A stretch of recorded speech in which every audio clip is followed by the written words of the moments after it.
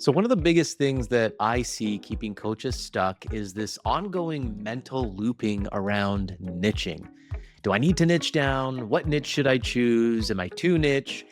Constant questioning, revisiting, second guessing, overthinking of what your niche should be can many times just prevent you from just taking action and building the momentum that your business actually needs. So most coaches don't really realize this, but trying to figure out the perfect niche often turns into a form of procrastination. And it might even feel productive, but it absolutely isn't. And I understand your fear, that fear of choosing wrong, right? Fear of maybe limiting yourself, maybe a fear of committing to something and then discovering later that you outgrew it or that it wasn't the best option. Now, before we even talk about how to find your niche, I think it's important to reframe what niching actually is and what it's not, because most of the advice out there frames niching as an identity decision, when in reality, it's just a simple marketing decision. So here's the distinction that I want you to consider. Building a coaching business is not about who you can coach. It's about who you can sell your coaching to, okay?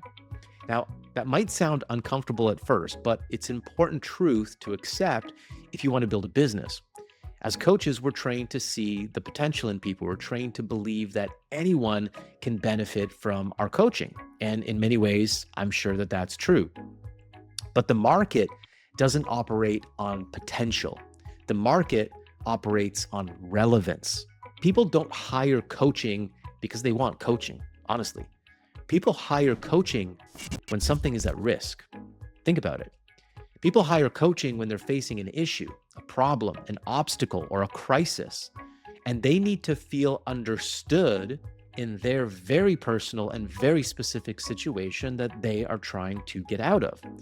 That's why your passion alone isn't going to work as a positioning strategy, right? People don't really care about what you are passionate about. They care about their problem and that you understand their problem. So when you lead with statements like, I really care about people and I'm passionate about transformation and I want to be your sounding board, or I help you to see your potential, et cetera, you're not differentiating yourself at all. You're not standing out. See, what people actually want to know is not what you're passionate about. What they need to hear is whether you understand their problem, their situation, and whether you have a history of working with that problem, whether you are the person that can help them navigate it now. That's where trust will come from. Not from your enthusiasm, your excitement, your passion, or even your intentions, but from your relevance and from your credibility. And this is why niching matters, not because you need to limit who you are allowed to help, but because you are choosing to focus your message so that it attracts the right people and the right people can recognize themselves in what you do. When you don't niche at all, and instead you focus on your service, your program, your product, how you help people, your conversations risk dilution and ambiguity because you're trying to say too many things in your content at once. You're trying to speak to anyone and everyone that'll listen, anyone and everyone that could possibly benefit from your coaching. And so what happens is your marketing becomes reactive rather than directional. See, in coaching, we can be reactive. We're supposed to be reactive. But in marketing, we actually need to lead. And if you're not leading people in your conversations, you end up engaging and maybe even having conversations with people who are never actually going to buy from you. Because marketing does not work in generalities and potentials. Marketing doesn't work because of a great product or a great service. You can be the best coach in the world, but if no one knows it, who really cares? See, marketing requires specifics. The more specific your message is, the easier it is for someone to feel like you are speaking directly to them.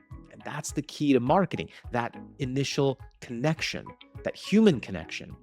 The more specific your ideal client avatar is, the easier it is for you to find them. Now, another fear is of being too niche. Some coaches worry that they might narrow their focus too much. They'll shrink their audience or leave money on the table. But honestly, in practice, most coaches never have a too niche problem.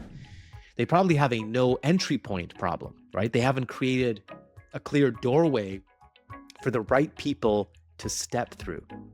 And this is where it's helpful to distinguish between your niche and a vertical, a market segment. Okay. A niche is the broader space that you operate in, more like your market positioning. Your vertical is your ideal client avatar. It's the specific segment of that niche and of your market that you are speaking to right now with this message in this campaign. See, that's something we have to understand is marketing is a series of campaigns. And when we're starting out, we can't dilute our focus and our resources into multiple campaigns. We must focus on just one to get traction and build momentum. Businesses grow by choosing a vertical, a specific segment of their market, building momentum within that segment, and then expanding into other segments. I use the examples of companies like Lululemon and Tesla all the time because these companies are perfect examples. How did they break into these very competitive industries? Well, they did it by selecting a very specific vertical, a very specific segment of the market, a very specific ideal client avatar. Now, another important part of this conversation is understanding where your credibility comes from. Strong niches are almost always rooted in either lived experience or learned skill, or a combination of both of the two. The lived experience means that you yourself have been close to the problem yourself. You've probably overcome this problem yourself. And you know what it feels like intimately because you've lived it. Not just what it looks like on the surface, not just through reading about it in a book, but you understand the internal dialogue, the resistance, the emotional weight of the situation. That's honestly usually the most powerful for an amateur marketer, you as a coach, to get started with is some kind of lived experience that you can share, because then you don't have to worry about market research and understanding the right words and right language. You can speak from personal experience. Now, learned experience or learned skills means that you've trained in a specific method, a framework, or a process that can reliably produce some positive results and transformations around a specific problem or challenge. Now, neither approach is better than the other, honestly, but one of them at least needs to be present. And if you lack the marketing skills, I would typically push you towards finding a lived experience that you have a personal experience with. It's typically going to be the stronger, easier option for you to start with. But this is really important to understand because your passion, without this proof, this credibility, isn't going to sell. Caring for your people, for your clients, isn't going to convert. The niches that stand out most clearly are the ones where your story, your skills, and a real market problem overlap in a way that makes sense to the person listening.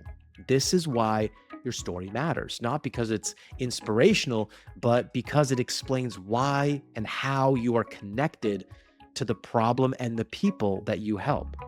When someone hears your personal story and recognizes that you've been close to their struggle, this naturally builds trust very quickly.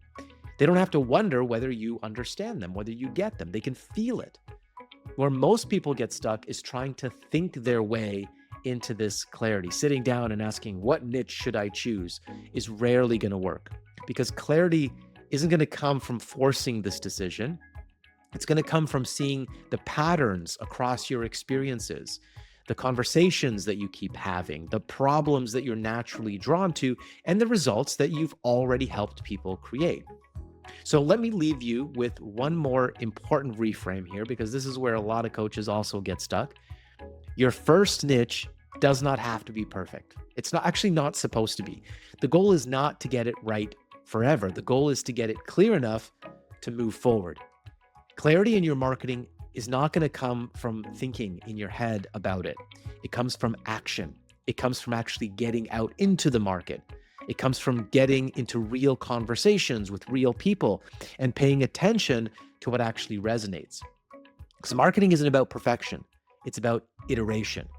You choose a direction, you test your message, you listen, you refine, and you adjust. That's how alignment is built. Not in isolation, not in your own head, but through actual engagement with your market, with other human beings. This is why I don't believe in waiting until everything is certain and feels perfect before you commit. Certainty is something that you earn after you've taken action, not before. The coaches who build momentum are the ones willing to make a decision, engage with the market, with other human beings, and evolve their message based on real feedback instead of hypothetical ideas and assumptions. And this is exactly how I want you to use our Niche Discovery Lab GPT. This is a custom GPT that we designed for our clients to assist them in this stage, and we've made it available to the public for free. It's going to help you choose your starting point, a niche that makes total sense based on your story, your skills, and the problems you are most equipped to help solve right now. Our custom GPT will walk you through a structured discovery process and specific questions that help you surface these patterns that honestly you might be too close to see.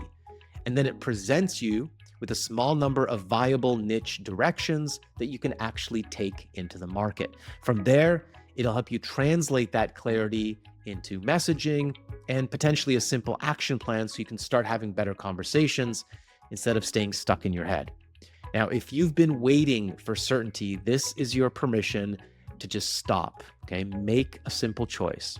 But let our Niche Discovery Lab GPT help you with that, please. It's going to make it a lot simpler for you. You'll find the link to access it in the description below.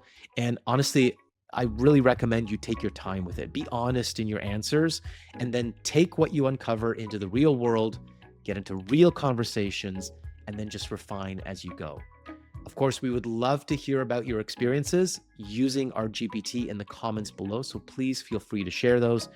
And if you enjoyed this video, if you get value out of that GPT, please feel free to share it with other coaches that you might know.